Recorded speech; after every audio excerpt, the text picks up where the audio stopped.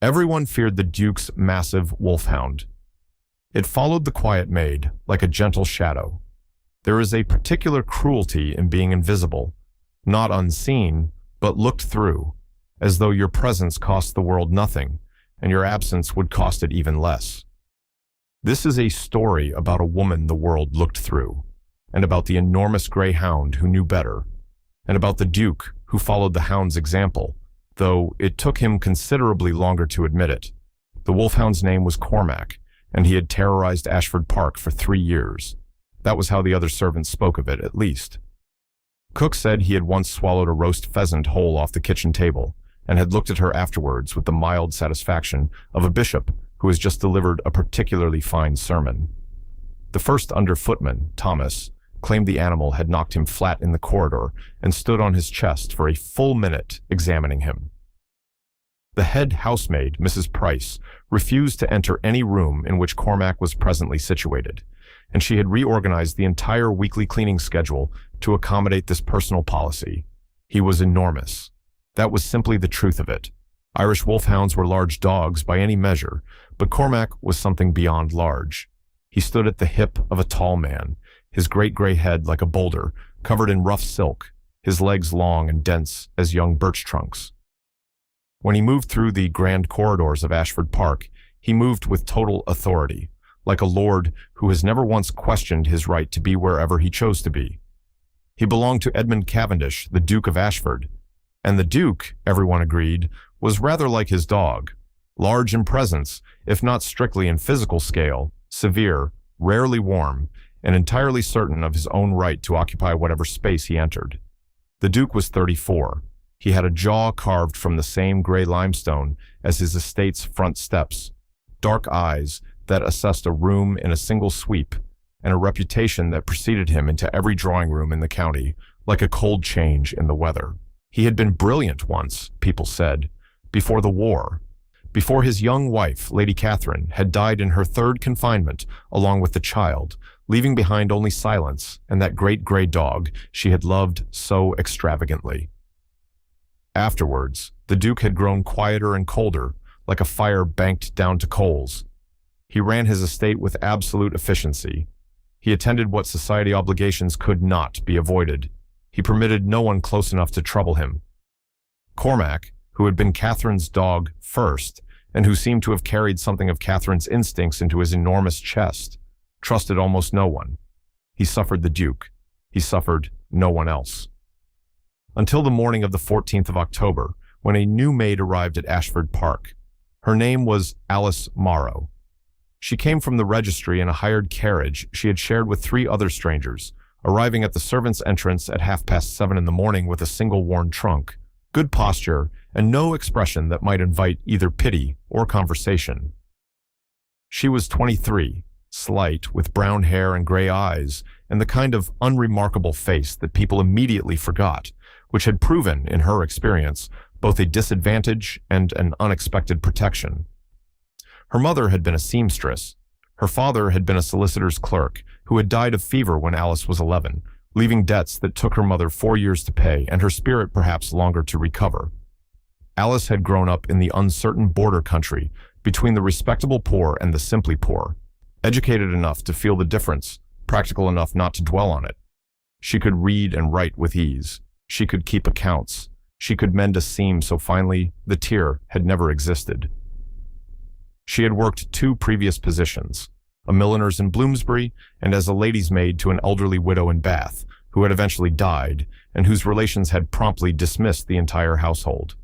She had come to Ashford Park because Mrs. Price, the head housemaid, had a reputation for running a fair house, and because the wages were £12 a year, and because Alice had not had other options she was willing to name.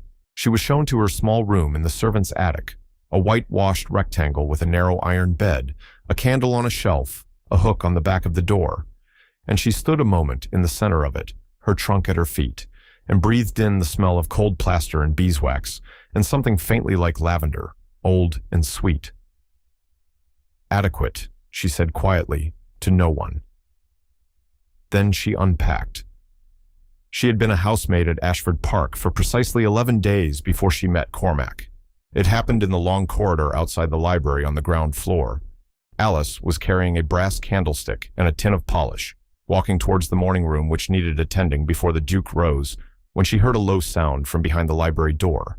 Not a growl exactly, but something beneath a growl, a rumble so deep she felt it in her sternum before she registered it with her ears. The door was ajar. Through the gap came one enormous gray paw, then the nose, then the rest of Cormac in stages, like a landscape gradually revealing itself in fog. Alice stopped. She had heard about the Wolfhound from every single person in the servants' hall. She understood the protocol. Do not make sudden movements. Do not meet the eyes directly. Back away at a measured pace. Alert someone with authority over the animal. She did none of these things. She was not especially brave. She was simply, in that moment, very tired from 11 days of learning a new house. And the dog was, she could see it quite clearly now in the corridor's thin morning light, favoring his front left paw. He held it just slightly off the floor. He was carrying his great head lower than was comfortable, and his eyes, which were pale amber and older than the rest of him, were fixed on her with an expression she recognized. It was the expression of something in pain that has run out of the energy required to be frightening. Alice set the candlestick and polished tin quietly on the floor. She crouched down to his level, not rushed, not trembling, and turned her body slightly sideways in the way she had seen her mother do with the market street cats, which had always preferred the approach of someone who was not making demands of them. "Let me see," she said in her normal voice, which was low and clear. Cormac looked at her for a long moment. Then he sat down heavily on the carpet runner and extended the paw. There was a thorn lodged in the thick pad, a blackthorn by the look of it, deep set and clearly several days old, with the heat of early festering around it. Someone should have caught it sooner. Someone should have been looking. "That must be miserable," Alice said, not to herself this time, but to him, as though he would understand, and she simply expected that he would. She reached into her apron pocket, where she always kept a small folding knife and a length of thread, and a needlework needle, because broken things had a way of presenting themselves when it was convenient for them and not for her. She worked the thorn free carefully. He did not move. He made the deep, rumbling sound twice, and she said, "Yes, I know," both times, conversationally, and continued. When it was done, she pressed her thumb firmly against the pad for a moment. She had seen her mother do this too, with nails and splinters and small wounds of all descriptions. And then she sat back on her heels and looked at him. Cormac looked at the paw, then at Alice. Then he set his enormous gray head in her lap with the gravity and completeness of a thing that has made a final decision. "There," Alice said. "Better." She stayed there on the floor of the corridor for several minutes because it seemed unkind to leave immediately. She scratched behind his rough silk ears, and he made a sound like a very large, very contented millstone. She did not know that the Duke was standing in the shadow of the half-open library door. She had not seen the faint amber gleam of the fire he had been sitting beside since 4 a.m, when the dreams had woken him again. She had not seen him stand when he heard Cormac rise and go to the door, because Cormac going to the door at unexpected hours was something he had learned to pay attention to. He had seen all of it, every moment. He said nothing.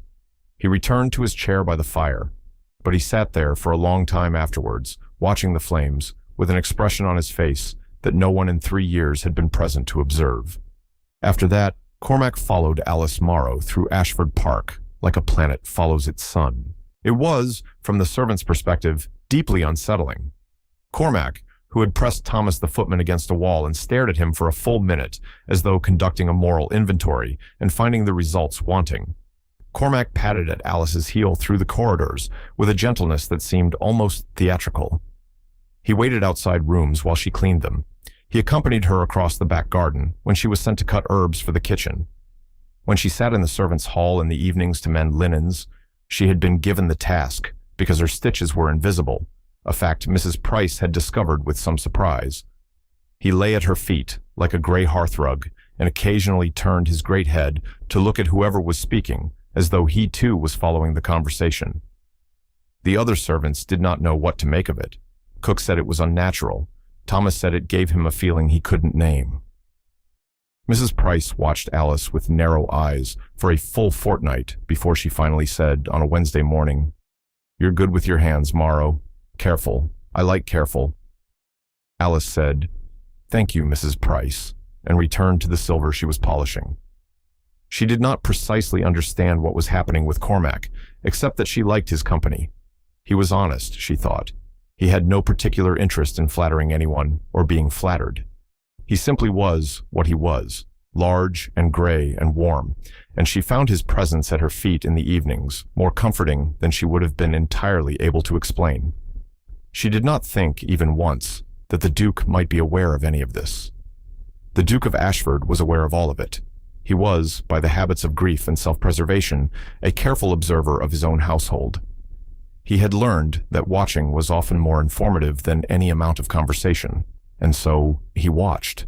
The way his guests behaved when they thought his attention was elsewhere, the way his tenants' faces shifted before they said what they actually meant, the way a person treated someone who could do nothing for them.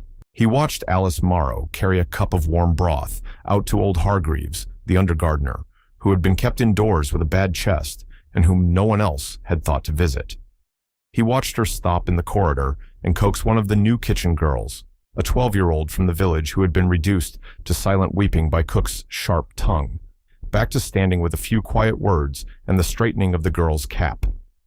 He watched her walk the full length of the east garden in November rain to return a dropped shawl to Mrs. Price, who had not noticed she'd lost it. She never looked around to see if anyone important was watching.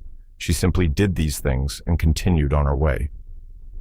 Edmund Cavendish had been lied to for most of his adult life by people with excellent manners and expensive wardrobes. He had learned to regard good behavior performed for an audience with professional suspicion.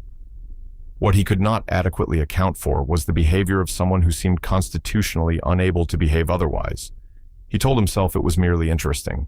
He told himself he was conducting the same detached observation of character that he applied to everyone in his orbit. He told himself this was not a justification for creating reasons to be in whichever room she was attending. He was, by his own internal assessment, a poor liar, but he was very good at being convincing, and he managed nearly 6 weeks of detached self-deception before the incident in the library undid it entirely. He was looking for Cavendish Veers Hartwell, 1804, a property case that had been settled by his grandfather and which his solicitor in London had requested for a boundary dispute. The document was in the library, in the second cabinet, which was slightly behind the large curtain near the east window. Alice was behind the large curtain near the east window, on her knees on the window seat, repairing the curtain's lining where it had come away from the rings. Cormac was beside her, sitting as close as the window seat permitted, his chin resting on her shoulder. She had not heard the Duke enter. She was singing, very softly, not any song he could have named. A working song, tuneless in the way of something sung for rhythm rather than beauty, the sound a person makes when they believe themselves entirely alone. He stopped in the doorway. He had not heard Cormac allow this kind of proximity with anyone since Catherine, not once. And Catherine had been. He stopped that thought where it stood. "Morrow," he said. The singing stopped. The curtain moved. Alice emerged from behind it, still holding her needle and thread, climbing down from the window seat with composure, and then she saw his face, and he watched something move across her expression. Not fear exactly, but a sudden alertness, the recalibration of someone who has learned that unexpected attention usually means a complaint. "Your Grace," she said, and waited. "The curtain lining," he said, which was not what he had intended to say. "Is it salvageable?" She looked at the curtain. "Yes, Your Grace. I've reset 3 of the rings. The 4th will need a stronger hook. I'll speak to Mr. Hargreaves about it." "Good." He moved towards the second cabinet. Cormac watched him go, and then returned his chin to Alice's shoulder. The Duke found the Cavendish document. He stood for a moment with his back to the room, looking at the cabinet shelves, at the rows of his family's accumulated history. "What is his opinion of you?" he said, without turning around, "is not a thing I can easily explain." There was a pause. "He had a thorn in his paw," Alice said. "I took it out. I think he's simply not forgotten it. He's a dog." "Yes, Your Grace. But gratitude doesn't require—" She stopped. He could feel the quality of her silence, which was the silence of someone choosing words carefully. It doesn't require explaining, I think, even in a dog. He turned around. She met his eyes for a moment. Gray eyes, very steady, no coquetry and no performance. And then she looked appropriately at the floor, because she was a housemaid and he was a duke, and whatever had just passed between them in that 2 seconds of direct regard was a thing she clearly intended to file away under "do not revisit." He let her go back to the curtain rings. He left with the document. That evening, at his desk, he read through the property case twice and retained perhaps a third of it. Welcome, everyone. If you're new here, I am so glad you found this story. Please do take a moment to like this video and subscribe to the channel so you never miss a new story. And I would absolutely love to know, where in the world are you watching from right now? Drop it in the comments. Someone is watching from somewhere wonderful. I just know it. Now, back to Alice and the Duke and everything about to shift. It was Lady Henrietta Voss who began the trouble, as a certain species of woman always does, not from wickedness precisely, but from the small, mean economy of a person who cannot bear to see anything go uncontrolled. Lady Henrietta arrived at Ashford Park in early December as part of a house party assembled by the Duke's aunt, Lady Grantmore, who had made it her personal mission since Catherine's death to find her nephew a new wife. There were 4 candidates, all daughters of good families, all accomplished and pleasant and entirely interchangeable in the Duke's private estimation. Lady Henrietta Voss was not one of them. She was a guest of the eldest candidate, Miss Forsyth, and she was 22, very beautiful, and of the precise variety of character that assessed every other woman in the room as competition before it assessed them as human beings. She noticed Cormac's attachment to Alice Morrow on the second day. The house party was taking a constitutional through the south garden, and Cormac had appeared from somewhere in the grounds and gone directly to Alice, who was crossing the garden on her way to the kitchen garden with a basket. The enormous hound pressed his great head against her hand with the docility of a lapdog, and Alice scratched his ear briefly and said something too quiet to hear, and Cormac went with her across the garden as the entire assembled company of guests watched with varying degrees of astonishment. Lady Henrietta's astonishment curdled into something else. She glanced at the Duke, who had watched the exchange with what she, correctly, identified as something more than idle interest, and her assessment concluded within approximately 30 seconds. That evening, at the supper table, Lady Henrietta was sparkling. She praised the estate. She drew the Duke into conversation with a graceful persistence he found faintly exhausting. And she said, during a lull that she had engineered, with an expression of delicate concern, "The large gray hound, is it quite safe? I'm told some of the servants have been overfamiliar with it. I was thinking only of the ladies." "Cormac does not trouble the ladies," the Duke said. "No, naturally not. I only meant—" Henrietta tilted her head. "The attention a servant girl can give an animal, when she ought to be attending to her duties, does suggest a certain, disorder of priority. I'd hate for any of your staff to find themselves in an awkward position, Your Grace. I mentioned it only out of concern." The concern was aimed and deliberate, and everyone at the table felt it land. The Duke said, "I shall take it under advisement," which meant nothing, and the conversation moved. But the next morning, Lady Henrietta found Mrs. Price and told her with warm solemnity that the Duke had expressed concern about the housemaid Morrow and the Wolfhound, and had asked that the matter be addressed. Mrs. Price, who ran a disciplined house and did not enjoy disorder of any kind, spoke to Alice that very afternoon with the particular formal coolness of someone delivering a reprimand they themselves find uncomfortable. Alice heard it in silence and said, "I understand, Mrs. Price." Her face gave nothing away. She ate nothing at the servants' supper that night, but she was very composed. She would have let it rest there.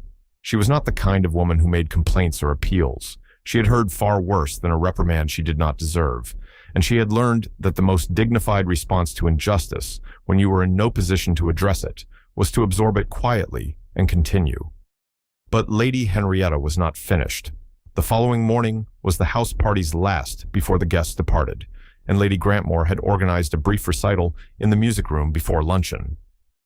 Alice was sent to carry in additional chairs from the adjoining sitting room, and she was stacking the last of them near the wall, moving quickly, quietly, as she always did, when Lady Henrietta said, loudly enough for the assembled guests to hear, "Oh, someone has left a torn hem. Would you mind?" and turned to Alice as though she were not a person, but a piece of furniture with the convenient bonus of fingers. The hem was not torn. Everyone could see it was not torn.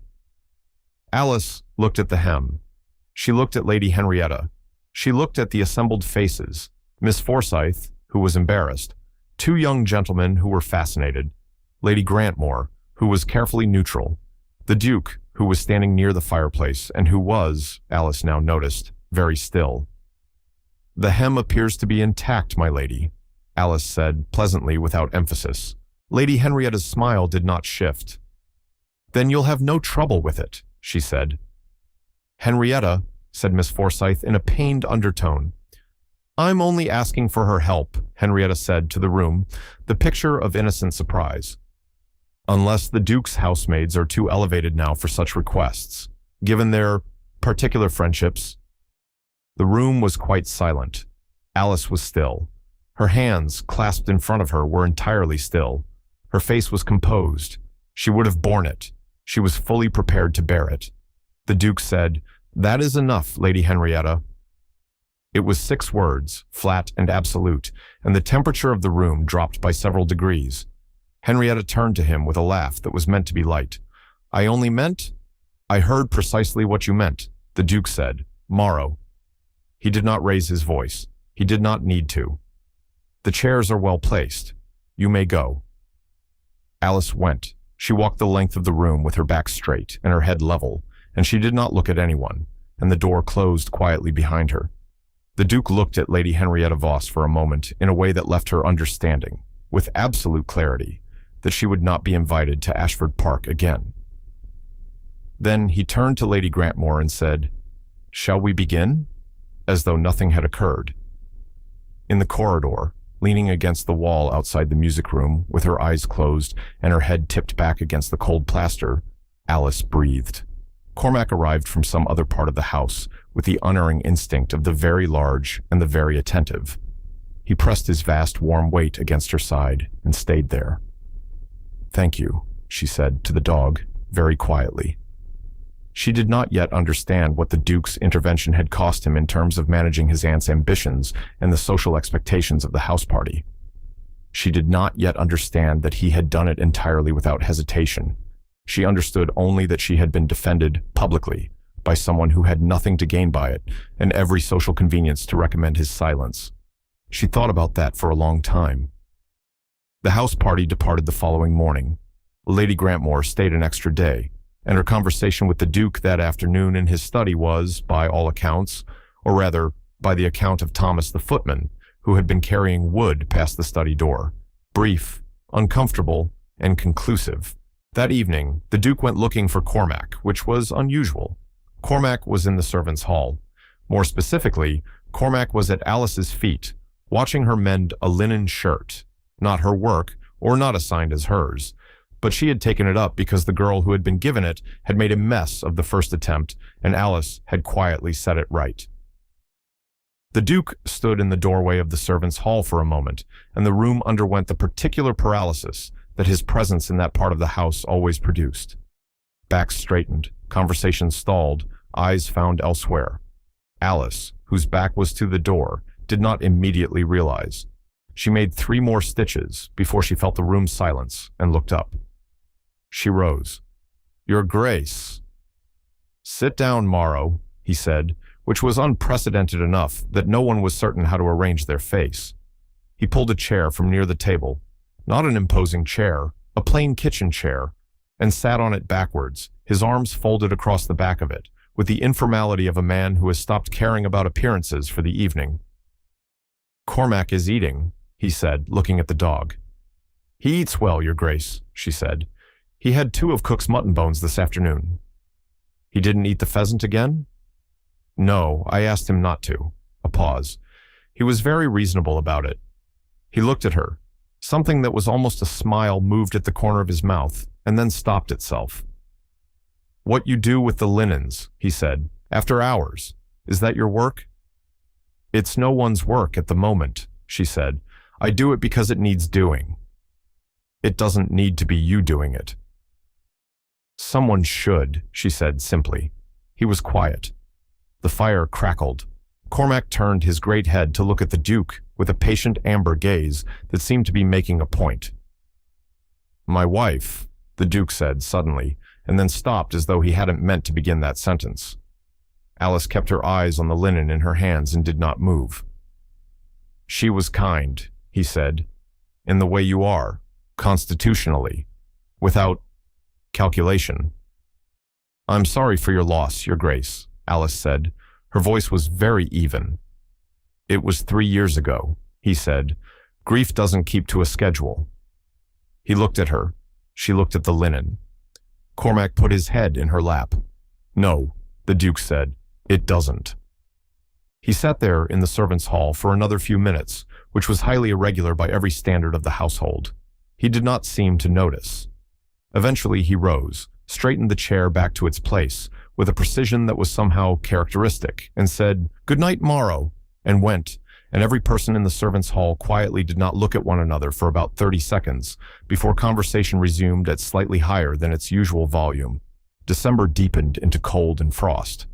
The Duke began to find Alice Morrow in the library in the evenings, when Cormac's route through the house suggested that was where she would be. He began to speak to her, at first as though he'd simply found himself there by accident, and conversation was the natural consequence, and then less and less like an accident and more like a man who has decided something and is acting on the decision before he has quite found the words for it. She was not a fool. She knew what was happening, or thought she did, and what she thought was, "This cannot come to anything." He was a duke. She was a housemaid. She was nobody's idea of a suitable next duchess. She had no family, no fortune, no name that anyone had heard. What she had was a steady hand with a needle and a large gray dog asleep on her feet, and the private certainty that she was, against all prudent judgment, falling in love with a man she could not possibly have. She tried not to show it. She thought she was successful. She was not. The Duke was many things, but he was not unobservant. He had watched people perform for most of his life. He knew very well what it looked like when someone was trying not to feel something. He also knew what it looked like when the effort was failing. On the evening of the 21st of December, he had been reading aloud from a volume of Keats, something she had confessed, with considerable reluctance, was a favorite, and he stopped in the middle of a page and looked at her and said, "I need to say something, and I am going to say it plainly because I am not good at flourishes, and I've never had the patience for indirection." Alice set down the socks she was darning. Cormac lifted his head. "I know what you are," the Duke said. "Not your station, your character. I have been watching you since October, not because I'm naturally a spy, but because the alternative was pretending I hadn't noticed you, and I found I was unable to sustain that pretense." He stopped. He looked at his hands, and then back at her. I am asking you to consider whether you might be willing to become my wife." The silence lasted 4 full seconds. "Your Grace," Alice said carefully, "I am a housemaid." "I'm aware." "Your family will recover," he said. "Families always do." "Society will say, 'I don't give,'" he said with some feeling, "a great deal of weight to what society will say. I have learned at considerable personal cost that society's preferences are not a reliable guide to anything worth having." He looked at her directly, and there was nothing guarded in it, nothing of the cold severity the world saw when it looked at Edmund Cavendish. "You took a thorn out of my dog's paw and sat on the floor with him for 20 minutes because you didn't want to leave him before he was comfortable. You brought broth to an old man no one else remembered. You put a child back on her feet with 2 sentences and didn't think it worth mentioning. You mend other people's work in the evening because it needs doing. You told me grief doesn't keep to a schedule, and it was the most useful thing anyone has said to me in 3 years." Alice's eyes were bright. Her hands in her lap were very still. "None of that," he said very quietly now, "is the character of a housemaid. It is the character of the woman I want to spend my life with. If you can find any reason in yourself to consider it, any reason at all, then I am asking." Alice looked at him for a long moment. Then she looked at Cormac, who was watching her with his ancient amber eyes and the serene certainty of a creature that has always known how this would end. "I would need," she said at last, "to think." "Of course," he said. "A day," she said. "As many days as you need." She thought for exactly 1 day. She told him yes on the evening of the 22nd of December in the library, with the snow beginning outside the long windows and the fire warm, and Cormac between them like a benevolent witness. And it was not a dramatic thing. She simply said yes, and he took both her hands in his and held them for a moment. And that was, for now, entirely sufficient. The engagement was announced in January and caused a sensation that rearranged several social calendars and 1 or 2 friendships. Lady Grantmore required a fortnight. After the fortnight, she came to Ashford Park, spent an afternoon with Alice, watched her manage the household accounts with a quiet precision that improved 3 long-standing inefficiencies, observed the way the staff, Mrs. Price, cook, even Thomas, spoke to her without the wary formality they adopted for most people, and left saying that Edmund had always had extraordinarily good judgment about character, and she supposed this was simply another example of it. Miss Forsyth sent a kind note. Lady Henrietta Voss sent nothing, which suited everyone. 1 year later. The library at Ashford Park was warm in December, as it always was. The fire was built high. The long shelves of accumulated family history were the same. The curtains at the east window had been relined in October with silk that would last another 50 years. Alice had seen to it herself, though she had laughed about it. She was sitting in the chair she had chosen as hers, which was a comfortable one near the fire that had previously been used mostly by Cormac, who had consented to share it with mild good grace. The Duchess of Ashford, and she was still, privately, adjusting to the phrase as one adjusts to a coat that fits perfectly, but which you did not quite expect to be yours, was reading, and the great grey Wolfhound was at her feet, and the Duke was at his desk nearby, writing letters, and the room had about it the deep, contented quiet of a place in which 2 people have learned to be comfortable in each other's silence. On the desk, beside the Duke's correspondence, was a small object that had not been there a year ago, a mending needle, very fine, set in a holder of chased silver, which he had commissioned and placed there on the morning of their wedding without comment. It was still there. It would, Alice had concluded, always be there. She had been a woman the world looked through. She had done her work and taken no thorn out of any paw for reward or recognition, and she had mended things because they needed mending, and she had sat on the floor of a cold corridor with an enormous dog and not thought once about whether it mattered. It had mattered. It had mattered to Cormac, who had known before anyone what Alice Morrow was. It had mattered to the man who had watched from the shadow of the library door on a gray October morning, and who had learned, because of a thorn and a pair of steady hands, to look at the world again. Cormac lifted his great head from the floor, blinked once at Alice with his amber eyes, and set it back down with a sigh of absolute satisfaction. Yes, she agreed. Exactly. From the desk, without looking up, are you talking to the dog again? I'm talking to the dog still, Alice said, turning a page. There's a distinction. A short silence. Then, quiet, private, the sound of a man who has relearned it. The Duke of Ashford laughed. Thank you so much for spending this time with Alice and the Duke, and with Cormac, who knew best of all. If this story found you on a cold evening with a warm drink, or on a long commute, or anywhere in between, I'm so glad it reached you. The quiet ones, the menders, the bringers of broth, the ones who stop for the thorn in the paw when no one important is watching. They deserve to be seen. That is always, always the moral. Please leave a like if this story warmed you. Subscribe so you never miss a new one. And most of all, tell me in the comments where in the world you are watching from tonight. I read every single one. Until next time, take care of yourselves and each other.